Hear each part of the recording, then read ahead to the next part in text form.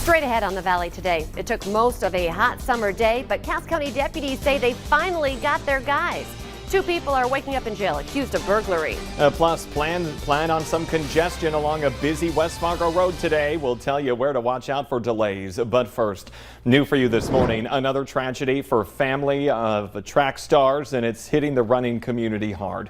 Abigail Anderson, the sister of All-American runner Gabe Grunwald, who died 2 years ago, was herself killed after being hit by a vehicle on Saturday. Both Abigail and Gabe were runners at Perham High School and went on to compete for the University of Minnesota. The U is on Twitter paying tribute to the former Gopher runner. Police say Abigail was on the grass near a road when a pickup hit a parked vehicle. They're still trying to determine which vehicle then hit her. Her sister lost a long battle with cancer in June of 2019. So far, there's no word on any arrest in the crash that killed Abby. The East Grand Forks School District is helping to decide this morning whether or not students will wear a mask in the classroom this fall. The special meeting is at 7:30 this morning. You can watch it on the school's Facebook page. And of course, stay with us here on Valley News Live and the Valley Today as we follow this story for you. An hours-long search for 2 burglary suspects in Cass County is over. And Cass County Sheriff Jesse Johnner says that's thanks in great part to 2 separate tips from the public. The man and woman were found walking separately last night near the North Cass County cornfield, which was the central focus of the search for much of the day. Because of yesterday's heat, both suspects were checked out by paramedics before being hauled off to jail. Those suspects are 27-year-old Josh Mommsen of Halstead, current Minnesota. He's in custody for numerous charges, including burglary, criminal mischief, reckless endangerment, and giving false information to police. 51-year-old Joe Ellen Hansen of Twin Valley, Minnesota, was arrested for burglary. The sheriff's office says the pair initially ran into the cornfield after they were approached by people living in that area yesterday morning. We have a traffic alert for you on this morning, a busy West Fargo road. Now this right here, this is a live look at Veterans Boulevard near I-94. You see the backhoe there, cones already up. We know what that means. It's construction. Today, the city is shutting down the right northbound lane of Veterans Boulevard on that I-94 overpass for some sidewalk repairs. It's that part of your day. If that is part of your daily commute, be ready for congestion and, of course, traffic delays, especially this morning and this afternoon. The project is expected to wrap up at the end of the day, depending on the weather. And luckily for those crews, I think the weather should be in their favor. Granted, they'll need extra water bottles because it's a hot one out there, Lisa. Yeah, toasty one, and it starts already this morning. Through this week, we've got steamy weather and then stormy weather as we head toward the end of the week. So a couple of these headlines here. We've got that pattern of hot and windy weather holding today for some time with some periods of smoke in there. It's not until Friday that we see that chance for some rain moving in. So it's holding off a little bit longer here for this week. That doesn't mean that we're not getting it, that it's leaving the forecast. It's still there. We also want to talk about that smoke. First of all, this morning, the main concern for the surface smoke will be in eastern North Dakota, but especially into that northwestern part of our viewing area up by Devil's Lake, back over to Grand Forks, where we may see some of that thicker, more high concentrated smoke affecting us down in that area here this morning. Elsewhere, we will have that haze hanging around overhead from the wildfire smoke that's passing by well north of us, or well above us rather. But to the surface, there will still be a little bit of that smoke affecting us. Some of us reporting air quality in that moderate or yellow range here this morning.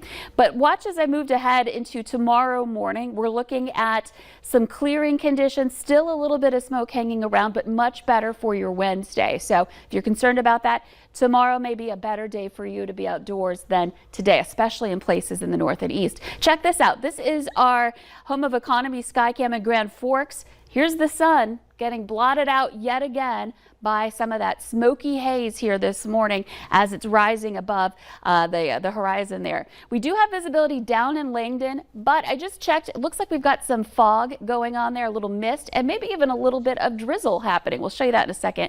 Warm across the region. We're at 72 in Fargo and in Grand Forks. It feels muggy as well. And here's a look at some of your spotty, very light showers. Northern Valley, you can see right over Langdon, we've got a little shower there, and then back over toward Hallock and Cavalier. Most of us on the dry side though here for today. So here's a look at our hourly planner. Temperatures are going to make their way up pretty quickly by the time we get into the afternoon. right back into those 90s. Now I know that I want to show this again just so we know what's coming our way, and maybe it will make you feel a little bit better as you're out in the heat the next couple of days. Starting our clock here closer to 6 a.m. on Friday morning. We're not seeing any rain until that point, but our rainfall potential really starts to take over. You see a very colorful map heading into Saturday morning. So this is just over 24 hours, that potential for a decent rain. So not out of the forecast, just delayed a little bit here. So something to be looking forward to even in this heat. Sounds great. Thank you, Lisa. Testimony in the Chad Isaak quadruple murder trial in Mandan, North Dakota is now focusing on DNA evidence. Prosecutors spent yesterday asking how evidence collected from the crime scene and from Chad Isaak's property was tested. Witnesses say some parts of Isaac's truck tested positive for human blood, but his clothing, a knife, and parts of a gun found in his home did not. The defense will question DNA findings when the case continues this morning. President Joe Biden is defending his decision to pull U.S. troops out of Afghanistan as security dissolved into chaos at the airport in Kabul. At least 2 people died after hundreds of Afghans rushed the tarmac and climbed onto a U.S. military plane as it was taking off. U.S. troops also shot 2 others who were armed, but the Pentagon says it was in self-defense. More American service members are arriving at the airport to help evacuate remaining U.S. citizens and Afghan allies. 2 girls in West Fargo are taking the phrase, "when life gives you lemons," to the bank. This morning, Harper and Brinley Binstock will host a lemonade stand fundraiser for North Dakota Army National Guardsman Sam Hardesty. He was working in Grand Forks digging a trench when a piece of equipment malfunctioned, severing his right leg and severely injuring his left leg. The lemonade stand will be set up from 11 this morning to 2 this afternoon at Lovely Lash Company on Veterans Boulevard and 32nd Avenue.